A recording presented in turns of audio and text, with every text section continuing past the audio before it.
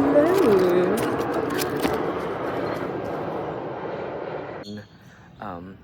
I don't know if you've watched Clueless, but that's kind of like a postmodern adaptation of this Regency-era book. But anyway, my point is that the formal and thematic subject matter of Emma is basically this question: what does it mean to be whole? And I feel like this is not that much of a stretch, because the name Emma itself comes from Irma or Emmeline, which is a German name for a girl. And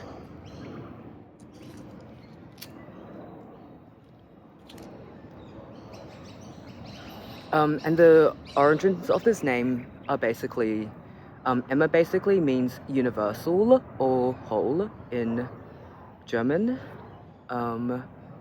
And the word whole, like W-H-O-L-E, appears a total of 87 times in this novel. So I feel like it's fairly reasonable to say that it kind of, if like Jane Austen was writing a thesis, if she was writing Emma as an essay instead of a novel, which kind of would defeat the point, but like, it would be about what does it mean to be whole?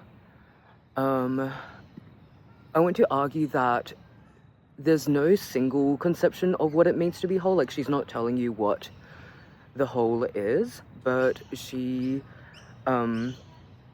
creates like two main conceptions of what it means to be whole. One of them, the first one, has to do with maintaining that kind of like divine right of kings, hierarchical, great chain of being type beat hierarchy. And the other one, and the one that I personally lean more towards, is to do with like upending order and kind of subversion. It's a kind of anarchic idea of what it means to be whole, and it has to do with revolutions and is much more democratic. And this juxtaposition between like, I'm just going to wait till the plane goes past.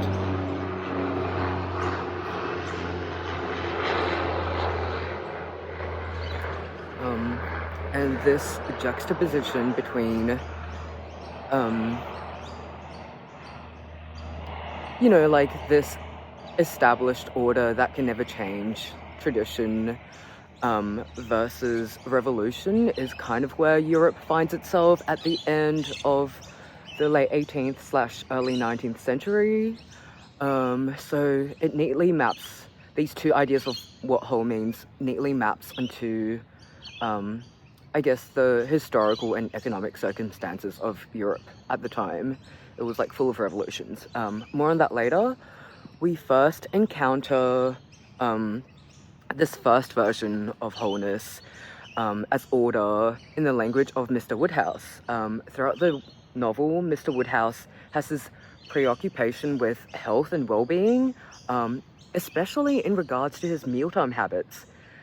And he's like obsessed with what foods are wholesome, what foods are unwholesome. And this like recurring motif, in my opinion, underscores his deeply ingrained desire for harmony and completeness in not only his domestic sphere, but also his political sphere. His dietary neurosis, because he's definitely a neurotic, reflects his underlying fear of disruption or discord within his household and society. And hot take, I feel like he secretly hates Emma. Like, I feel like he secretly hates his daughter for kind of, instigating and poking and making trouble in the lives of other people and in the township. In this sense, Mr Woodhouse's fixation on wholesomeness can be seen as a metaphorical expression of his longing for the preservation of the whole in terms of familial harmony and societal order. Yeah, this slide is just about how he says that, okay, soft-boiled eggs are wholesome, but custard and raspberry jam is not, which I guess kind of makes sense. but I feel like you can indulge. I don't know. Both are peated. Sugar and fat, peated. Runny eggs, peated. So in my books, it's fine. You can see the obsession with wholesomeness as order reflected in the architecture of the Regency era. So Regency era architecture, if you look at this house, if you look at the Holland Museum, which is basically where parts of the Netflix series Bridgerton was filmed, Regency architecture emerged as a more refined expression of neoclassical design principles, and this was all very much inspired by the architecture of ancient Greece and Rome. This kind of architecture was characterized by their symmetrical, uniform facades, classical proportions, and elegant design. So it's kind of like this very orderly and neat aesthetic that, like, I feel like is not a stretch to say that it borders on fascism. More on that later. I don't mean fascist I don't mean like, oh my god, this is so fascist. Like, I mean, you know, there's a fascist aesthetics and a democratic aesthetics, and one of them is more orderly than the other, is all I'll say. The ideal neoclassical shape was the circle or the sphere, which is like this perfect, closed, hermeneutically sealed, predetermined, and by extension fascist shape. The circle is often used in the language of Emma's characters to talk about their social milieu. So while Mrs. Elton was unable to grift for Jane Fairfax a position with Mrs. Bragg, who moves in the first circle, she is able to leave her with Mrs. Smallridge, a cousin of Mrs. Bragg, an acquaintance of Mrs. Suckling, a lady known at Maple Grove. Delightful, charming, superior, first circle, spheres, lines, ranks, everything. So there's this very geometric, orderly language. Yeah, that's Lizzo. Body positivity. The roundness and perfection of the sphere is further expressed in Harriet Smith as a beauty standard, who is described as short, plump, and fair. So, yeah, I don't know. Big queens ruled back then, and now cocaine slim is back, and it's like, what are the ramifications of that societal shift? But I don't know. Trends are cyclical. Everything's going to come back, so whatever, it's fine. The sphere represents the perfection and determinism of an intelligently ruled world, an intelligently designed world. So there's this like Christian idea of like intelligent design. The sphere represents the God-given social order of the, you know, dome of rule by divine right. Plane going past. Attacked by mosquitoes right now. Like, for some reason, mosquitoes love me, and it must be because I'm really healthy. Or, ow. Fuck me. Sorry. I'm being such a weirdo right now. The Regency period basically began when King George III was ruled unfit to rule because of his mental health issues. This was in 1811, and this led to his son, Prince George, Prince of Wales, to rule in his stead as Prince Regent, and that's where the name, the Regency period, comes from. This transition ushered in a period of uncertainty and instability for the monarchy, as well as debates over the role and legitimacy of the royal family in British society. If you look at this chart, the Napoleonic Wars had basically been raging across Europe since the late 18th century. This constant state of war was really bad for the British economy, and it led to widespread discontent and a bunch of revolutions, and a bunch of people's heads got chopped. So for the ruling class of this period, it feels necessary to uphold the definition of the whole as the maintenance of the status quo. Shit had hit the ceiling. So I don't know, I guess for the ruling class, it felt like they had to impose order and resistance to change, and necessarily wholesomeness had to be tied in with the status quo. But wait, so I'm going to talk now about this second understanding of what it means to be whole. In chapter 9 of Jane Austen's Emma, there's this competing kind of like idea of the whole, and this expresses itself foremostly through the literary form of the charade. The charade was basically a word game that originated in France, and the way it was played in the Regency-era had nothing to do with like guessing what character you are based on like miming, but rather through guessing usually two separate syllables through enigmatic clues. Basically the way charades were played in the Regency era involved guessing the separate syllables to one whole word through these enigmatic clues.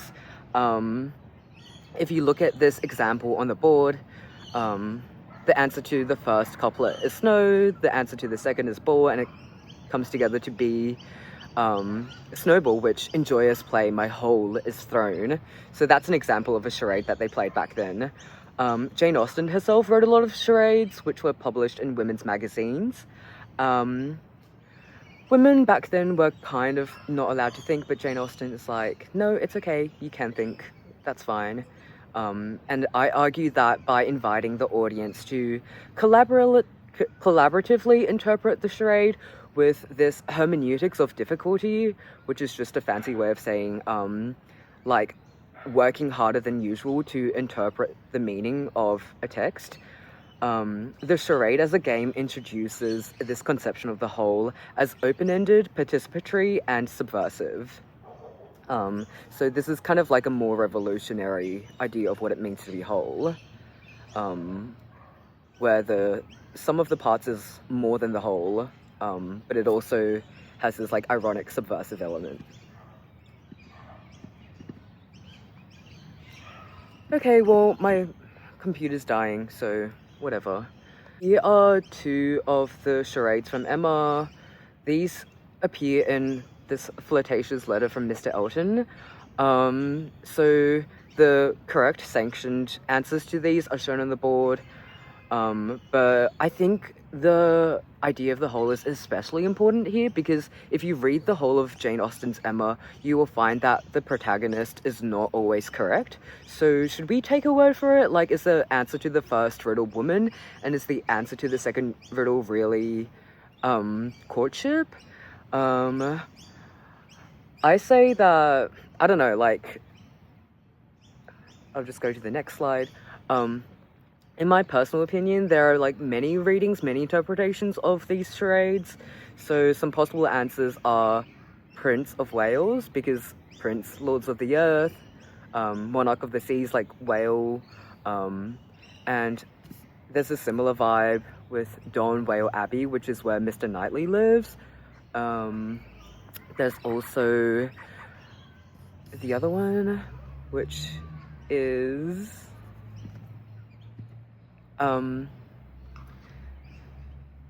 there's also like these that I came up with just then. So poly, as in like many, because they have like, there's plural kings, and Dick, like maybe Dick, so like politic. And there's also Dis, who is the Lord of the Underworld, so like Lords of the Earth again, and Dane, because the Danish, like Denmark people, had this crazy navy. They had the navy since like 1511, and that allowed them to, like, most of their land is like surrounded by coastline. Like, it's a bunch of islands basically, that country, and together they form disdain because I don't know, I feel like when women judge you, it kind of like really has this power over you. So together they make disdain. Another reading could be like, it less conforms to the rules of a charade, but my first could indicate Emma herself, because her name, Emma Woodhouse, may be a reference to woodwoes, who are these like folkloric British creatures that are the pagan lords of the earth. They're kind of like the Green Man in, I don't know if anyone's seen like The Wicker Man. So they're the lords of the earth in like this midsummer elemental sense. My second could, in that case, be referring to Harriet, which as a name is a female variation of the name of Henry VIII. Both names come from the German Heinrich, and Henry VIII is basically known as the father of the English Navy, and therefore the monarch of the seas.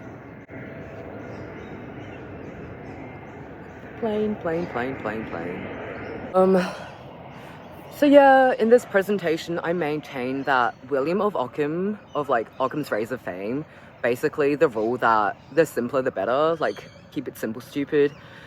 I feel like he ruined an entire generation, because he like just kind of said the correct answer must always be the simplest one, but if you think about it, it's kind of baseless. Like, what right does he have to make this assertion?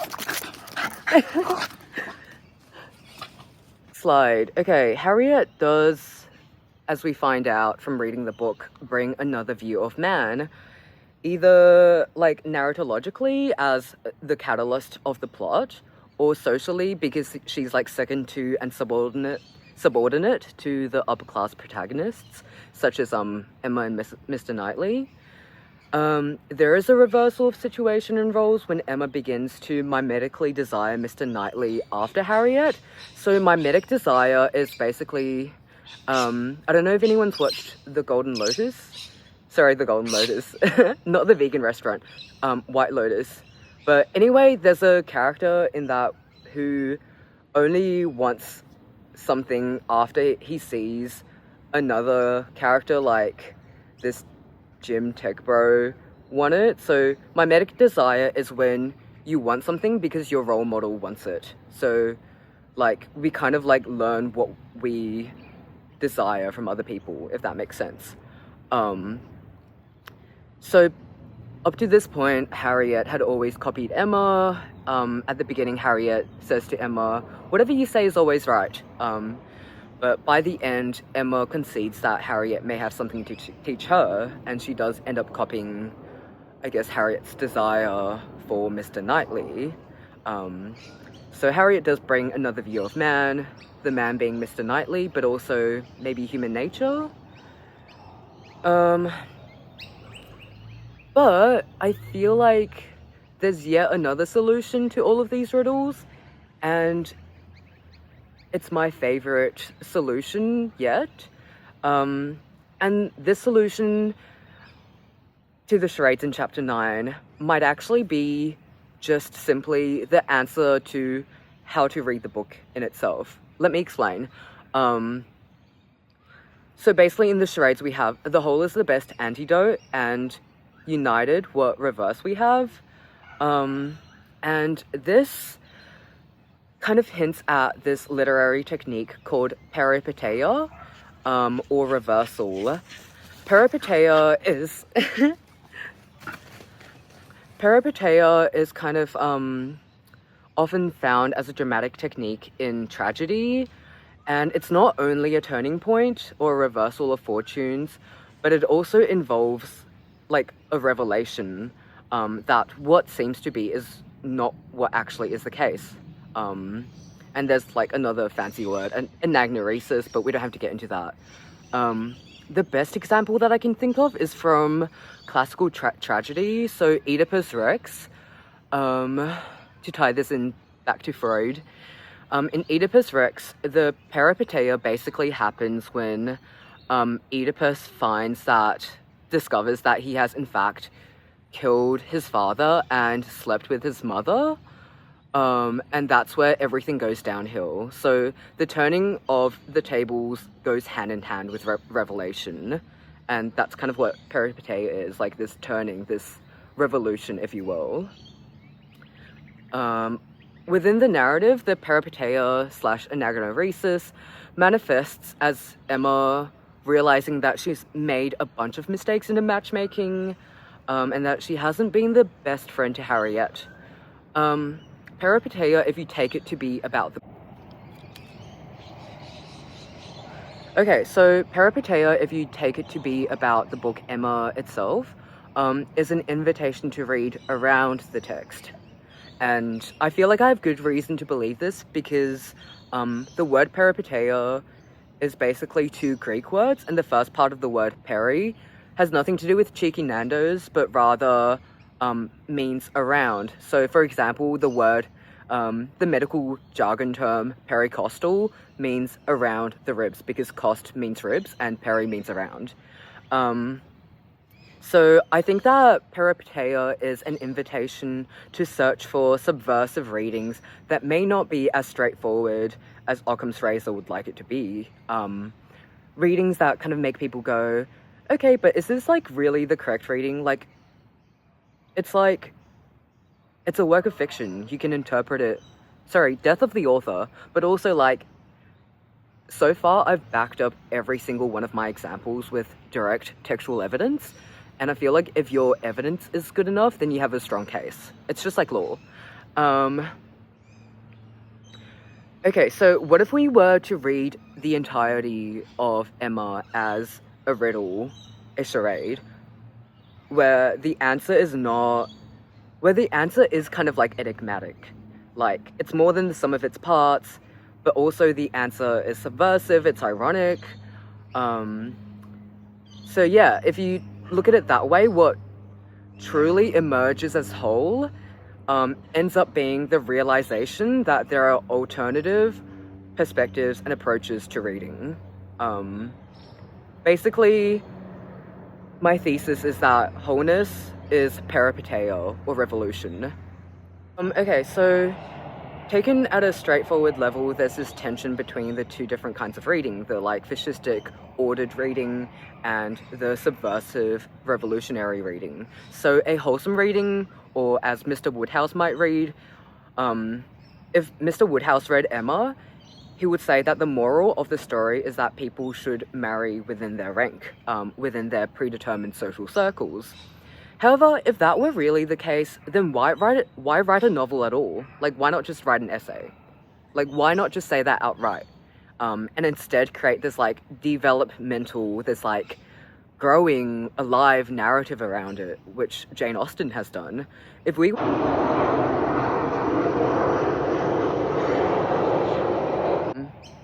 the novel as a whole, if we were to read Peripeteia the text, we discover that Emma only reaches the conclusion that she does to marry Mr. Knightley by accepting that she may be wrong, by allowing herself to be subverted, that what may seem to be the case is not really the case, that her reading of the situation is not the only reading. Through reading the text page by page, we find that she makes her judgment only after considering a variety of perspectives, which is rather democratic, for the early 19th century. After she realizes that she may be wrong about, first of all, Harriet and Mr. Elton, she learns to see the world from another perspective, Harriet's perspective. So there's this quote here: she had to destroy all the hopes which she had been so industriously feeding to appear in the ungracious character of the one preferred, and acknowledge herself grossly mistaken and misjudging in all her ideas on one subject, all her observations, all her convictions. So it's like this rather Socratic idea of knowledge where you kind of have to, first of all, admit that you know nothing. The whole of Emma reveals itself through a series of reversals driven by shifts in perspective. Emma is a charade that invites a diversity of readings, a narrative that allows the reader to come to their own conclusions. The reading that seems wholesome, that may seem comfortable and orderly and correct, only results as a panacea, as an anesthetic to our own anxieties around change and challenges to the status quo. So what may seem wholesome may not necessarily be what is whole. Wholesome does not equal whole. Emma allows her own singular view to be subverted by another perspective, the another view of man that Harriet brings, and that is what truly makes her whole. And if we go to the last slide, we will find that Emma allows her own singular like narcissistic, individualistic view to be subverted by another perspective, another view of man that Harriet brings, and that is what truly makes her whole. So if we go to the last slide, basically my theory is that the second charade is the answer to the first charade, and the answer to the second charade is subversion, or being wrong, or reversal. So I feel like the idea of healing here is very important, because it's like, what does it mean for something to be healed? It kind of had to be broken in the first place. So maybe to the, like, ruling class of the Regency-era, if they're listening to this right now, like, maybe you don't have to uphold your order as, like, the status quo, as that what always has been is what always has to be. Yeah, maybe being whole is about healing. And maybe healing is about admitting that you're wrong. This is really sappy, but that kind of is, like, directly what's in the text. So I'm not even capping, like, that's just what's in the text. Anyway, thanks for listening. Sorry, it's been so noisy in the background. I just literally had to do this in a graveyard. The end.